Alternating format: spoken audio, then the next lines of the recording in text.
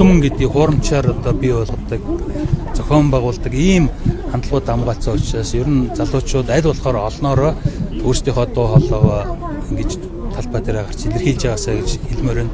Ер нь бол улс төрч юунаас адиггэр одоо сонингоос гэдэг. Одоо сонингоос сайхан байсан, сошиалаа сайхан байсан.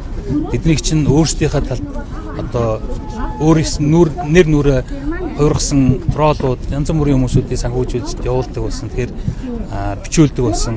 Тэгэхээр яг нэр нүрээ хаах юмгүй жинхэнэ биетэй ийм олон хүмүүс яг өөрсдийнхөө дуу хоолойгоо илэрхийлэх нь бас улс төрчдийг зөв шийдвэр гаргахад нь илүү зэгцтэй байранд нь байлгахад нь цэрэн цэжин бөөрн өгснө гэдэг шиг яг энэ одоо байранд нь байлгахад бол энэ залуучууд талбай дээр гарч ирж одоо дуу хоолой ирэхээр маш чухал гэж бодож байна. Таныг одоо энд ирэхээр улам илүү MCS гэдэг компани энэ жагсаалыг санхүүжүүлж байгаа юм байна гэж баталж байна гэж харах байна. Одоо алийн болгон юмыг одоо шилбэл одоо юм л бол одоо асуудал болонгууд л нэг иймнээс хамааралтай, тиймнээс хамааралтай эсвэл ингээд байр суурь илэрхийлсэн хүмүүсүүд энэ дайрдаг, доромжилдаг иймэрхүү байдал бол одоо ингээд тогтцсон учраас энэ одоо таайдс ингээд дасцсан биш те.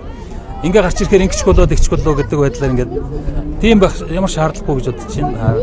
Одоо хүмүүс одоо юу гэж ярина уу? Тэр бол одоо хоёрдугаар асуудал. Яг энэ хүмүүсийн ажил амьдрал сайн байсан бол залуучдын ажил амьдрал сайн байсан бол энэ хүмүүс чинь өөрсдийнхөө ажлаа их завгүй л яваад байх. Одоо шилбэл бид нар ийм улс төрийн ховж биш илүү одоо шилбэл одоо өөрсдийн ажлын урт ажлуудаа ярьдаг баймаар байгаа байхгүй. Чи одоо яг хэцүү байгаа болохоор гарч ирсэн баг.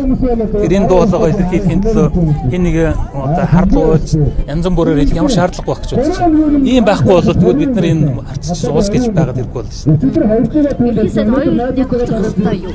Ер нь бол яг юу үндсэн хуулиар бол ерөнхий сайдыг огцруулахын тулд 4-1 буюу 32 гишүүн гар биш зурж иж албан ёсоор хүсэлтэд улсын хурал тавина. Тэгээд дийлэнх олон буюу 126 гэдэг чинь 64 гишүүн одоо чи зүг дэмжиж одоо жишээлбэл одоо ерөнхий сайдаар огцрох юм асуудал болно.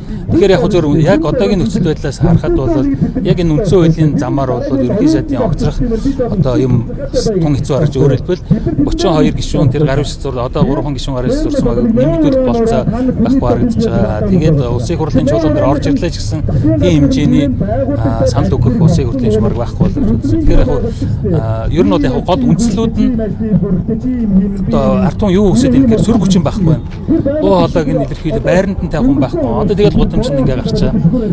Тэгэхээр энэ хариуцлага тохио хэн хариуцлага хүлээх юм бэ?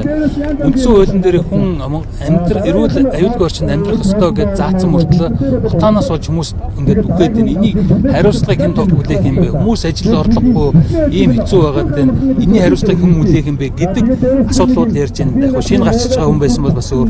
Тэгээд тодорхой хугацаанд 6 жил болчлоо гэдэг утгаар нь л одоо асуудлуудыг нэлээд одоо шаардж байгаа юм байна. Энэ би зөв снэк гэж бодож байна.